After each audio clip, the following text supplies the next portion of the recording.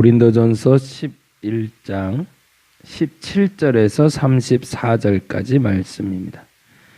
고린도전서 11장 17절에서 34절까지 같이 한 목소리로 천천히 읽도록 하겠습니다.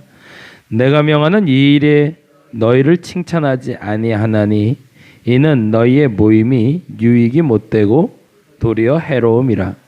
먼저 너희가 교회에 모일 때에 너희 중에 분쟁이 있다함을 듣고 어느 정도 믿거니와 너희 중에 파당이 있어야 너희 중에 옳다 인정함을 받는 자들이 나타나게 되리라. 그런즉 너희가 함께 모여서 주의 만찬을 먹을 수 없으니 이는 먹을 때에 각각 자기의 만찬을 먼저 갖다 먹음으로 어떤 사람은 시장하고 어떤 사람은 취함이라. 너희가 먹고 마실 집이 없느냐? 너희가 하나님의 교회를 업신 여기고 빈궁한 자들을 부끄럽게 하느냐? 내가 너희에게 무슨 말을 하랴? 너희를 칭찬하랴? 이것으로 칭찬하지 않노라.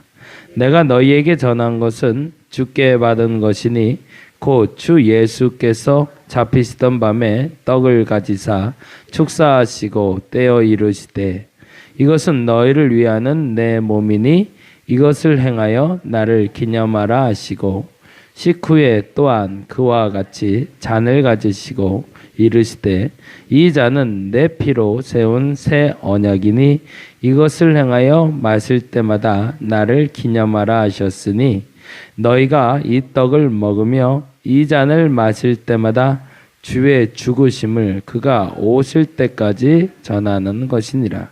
그러므로 누구든지 주의 떡이나 잔을 합당하지 않게 먹고 마시는 자는 주의 몸과 피에 대하여 죄를 짓는 것이니라.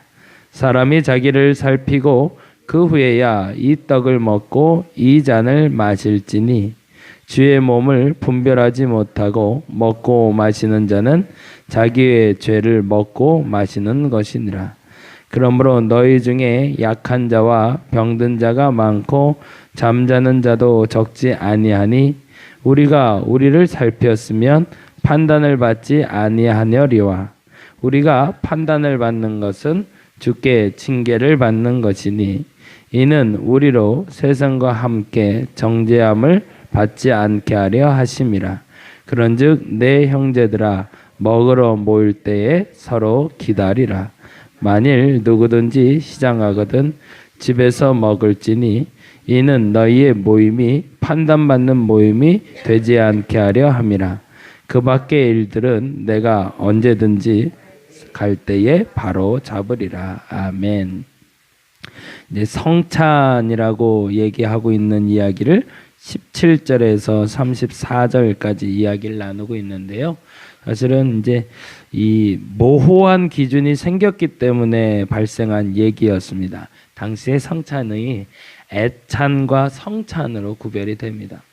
우리나라만 독특하게 더 많이 이것이 활성화되어 있는 것 같아요. 그래서 외국에서는 성전을 지을 때 성전에 성소를 짓고 애찬시를 짓는 경우가 많지 않은데 우리나라는 꼭 주방을 짓게 돼 있어요. 이게 우리만의 어떤 독특한 특징인 것 같아요. 근데 그거는 반면에 이 성찬의 본래 의미인 애찬의 의미도 잘 담고 있는 겁니다. 여기서 말하는 주의 만찬이라고 얘기할 때 20절과 21절에 나타난 주의 만찬은요, 사실은 애찬을 의미합니다. 거기다 그렇게 적어주세요. 20절 그런즉 너희가 함께 모여서 주의 만찬을 먹을 수 없으니 라고 얘기할 때 이 만찬은 성찬을 얘기하고요. 21절에 이는 먹을 때에 각각 자기의 만찬을 먼저 갖다 먹음으로 어떤 사람은 시장하고 어떤 사람은 취함이라는 애찬을 얘기합니다. 그러니까 애찬에 대한 의미를 알지 못하는 이가 성찬에 참여할 수 없다라는 겁니다. 요게 조금 구분이 돼야 돼요. 그러니까 애차는 뭐냐면 지금 요즘에는 포들락 파티라고 그러나요? 집집마다 이렇게 조금씩 음식 반찬 갖고 와서 나눠 먹는 거 있잖아요. 그걸 옛날에 애찬이라고 했습니다. 그러니까 어떤 부유한 집에서는 좀 많이 가져왔을 거고, 그리고 가난한 집에서는 좀 조금 갖고 오고, 또 반찬 수도 좀 다르고, 그러다 보니까 그것 때문에 문제가 야기돼서 서로 나눠 먹기보다 왜 그랬는지 모르지만 자연스럽게 자기가 먹고 싶은 거를 자기가 먼저 먹게 되니까 가난한 자들이 또 늦게 왔을 때 먹을 것이 없어지는 경우가 발생했던 거죠. 근데 그러고 나서 버젓이 그들이 성찬을 행하려고 하는 것은 잘못됐다는 겁니다. 그건 뭐가 없다는 거죠? 그들에게 하나됨에 대한 마음이 없을 때 결코 그들은 아무것도 할 수 없다라는 얘기를 하고 있는 거죠. 그래서 11장 2절에 이렇게 얘기하고 11장 17절에 다음과 같이 이야기합니다. 11장 2절 같이 읽어볼까요? 11장 2절 같이 읽어봅니다. 너희가 모든 일에 나를 기억하고 또 내가 너희에게 전하여 준 대로 그 전통을 너희가 지킴으로 너희를 칭찬하노라 라고 되어 있습니다. 근데 반면에 17절 읽어볼까요? 내가 명하는 이 일에 너희를 칭찬하지 아니하나니, 그렇죠? 2절에는 칭찬한다 해놓고서 이제는 칭찬하지 않는데요. 그러면서 말합니다. 이는 너희 모임이 유익이 못되고 도리어 해로움이라.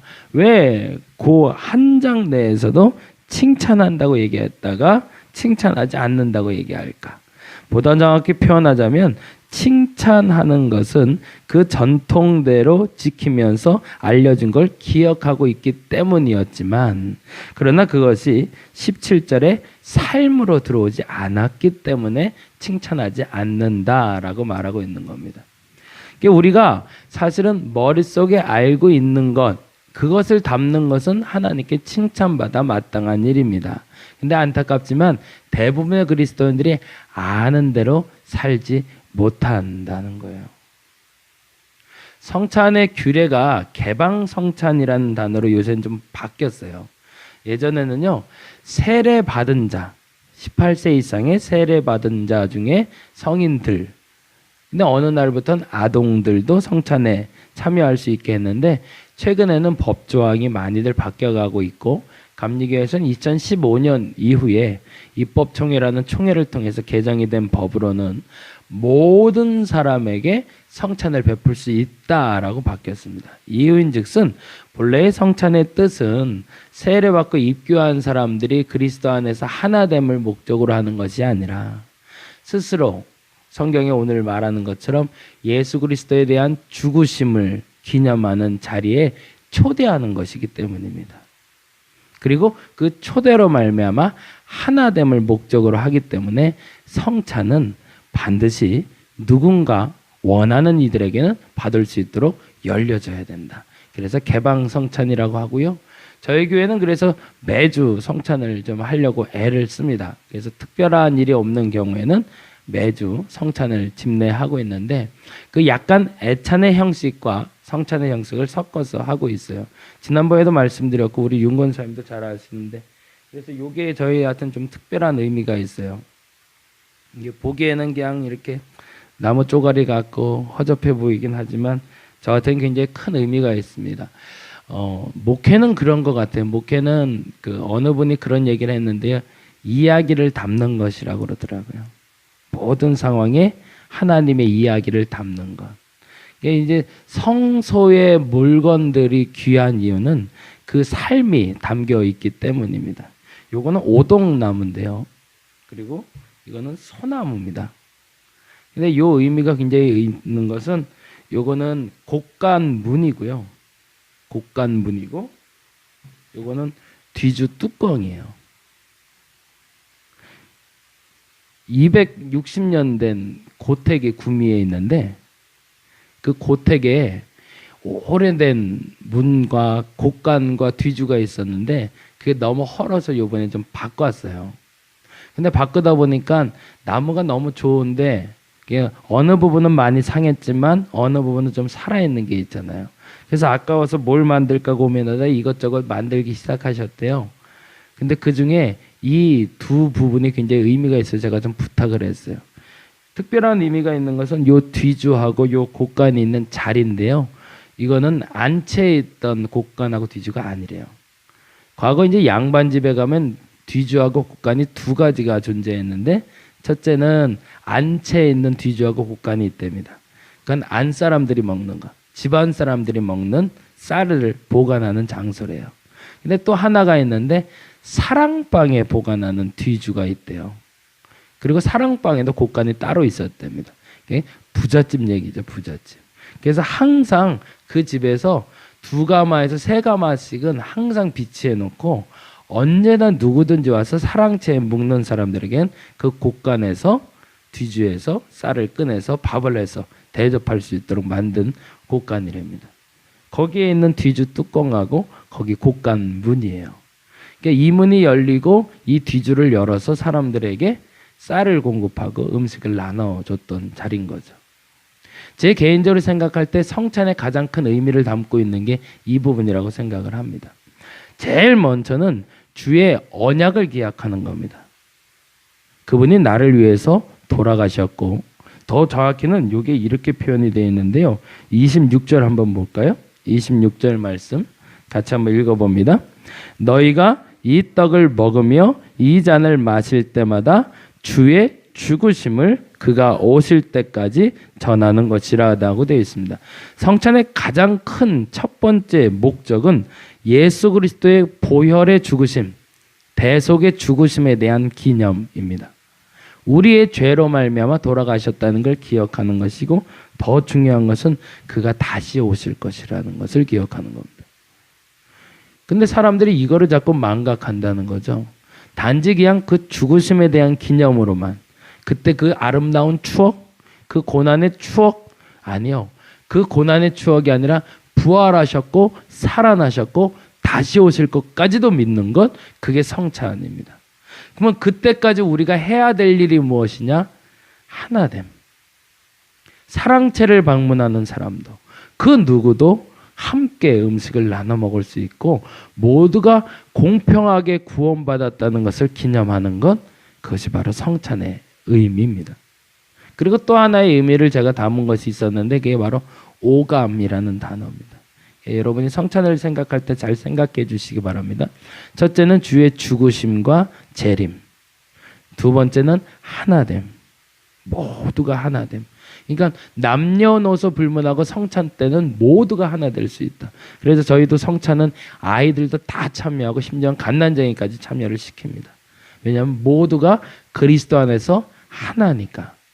그리고 더 중요한 것이 있는데, 오감으로 하는 많은 예배 중에 유일한 예배라는 겁니다. 우리의 예배의 대다수의 모습들은 눈으로 보고 귀로 듣는 것으로 한계가 지어집니다. 제한적인 예배를 드리고 있다는 거예요. 근데 제가 그 깨달음을 얻고 너무 소중하게 여겼는데, 그게 뭐냐면 하나님이 감각을 주셨어요. 만질 수 있게 하셨고, 냄새 맡게 하셨고, 듣게 하시고, 보게 하시고, 맛보게 하셨거든요. 근데 이 5가지의 감각을 하나님이 기뻐하는 데 사용해야 되는데, 이 감각들을 잘못 사용하면 그게 죄에 대한 걸림돌이 되더라고요. 내가 맛있는 걸 좋아하는 것이 죄가 되지는 않습니다. 그러나 그것이 과하게 될 때 탐식이 되는 거고요. 듣는 것도 좋은 것만 들어야 되는데 나쁜 이야기를 듣다 보니 그게 죄의 유혹이 되는 것이고요. 그래서 이 5가지 감각은 충실하게 하나님을 찬양하고 예배하게끔 만들어진 감각기관들입니다. 그래서 이 감각기관들이 온전히 하나님을 경배하기 시작할 때 진짜 예배가 되는 거죠. 근데 우리의 예배 중에 이 5가지 감각이 제대로 살아날 수 있는 유일한 예배가 있는데 그게 바로 성찬입니다. 그 깨달음을 얻고 얼마나 감사했나 몰라요. 왜냐하면 내 모든 몸과 정성, 신령과 진정으로 드린다는 예배의 가장 중심은 바로 성찬이기 때문에 그렇습니다. 그 어떤 예배에도 발견되지 않는 고귀한 방법입니다. 그래서 성찬을 할 때는 반드시 눈으로 떡과 잔을 먼저 보게 하고요. 그리고 성찬을 참여할 때 모두가 떡과 잔을 만지게 합니다. 그리고 더 중요한 것은 잔이 따라지고요. 천주교 같은 경우에는 딱 소리 나는, 이거를 사제들이 3,000번 이상 연습을 한대요. 신학교를 다니면서 한 번에 딱 하고 그 소리가 나면서 떨어질 수 있도록, 그만큼 이 듣는 것에 대해서도 굉장히 소중히 여기는 겁니다. 제가 더 소중히 여기는 시간은 잔을 따르는 시간입니다. 쪼르르 하고 따라지는 그 시간에 주의 보혈이 흘려지는 것을 우리가 몸소 체험하는 거죠. 그리고 더 중요한 건 어느 예배에도 참여하지 못하는 맛보는 작업이 들어갑니다. 그렇게 5가지 예배가 한순간에 이루어진 게 바로 성찬입니다. 그러면서 뭐를 기억하는 거죠? 우리가 모두가 다 주의 몸과 피로 하나 됐다는 것. 그래서 그 하나됨으로 말미암아 우리의 마음속에 주님이 다시 오실 것, 주님이 나를 구원하셨다는 것을 기억하는 것이 바로 성찬이라는 겁니다. 고린도 교회는 그걸 알고 있었음에도 불구하고 애찬으로 말미암아 성찬의 의미가 희석될 수 있으니 오히려 그렇게 먹기 말고 다음과 같이 행동하라고 얘기합니다. 33절 읽어볼까요? 33절 같이 읽겠습니다. 33절 그런즉 내 형제들아 먹으러 모일 때 서로 기다리라. 한 번쯤 생각하고 모든 교회 모임에 참여하라는 얘기입니다. 성급하게 늘 해왔던 일이기 때문에 또 그냥 당연하게 참여하는 예배가 아니라, 새벽 예배 시작할 때 사도신경을 암송할 때 그냥 늘 외웠던 대로 줄줄줄줄 읽지 마시고 한 번 더 곱씹으면서 한번 암송해 주시고, 찬송을 부를 때도 입을 조금 더 크게 부르려고 한번 연습을 해보고, 그 가사를 내 마음속에 담으려고 노력을 해보고, 그 순간순간을 기억하고 정성을 다하며 조금만 기다리다 보면 더 깊은 예배를 만날 수 있을 거라는 겁니다.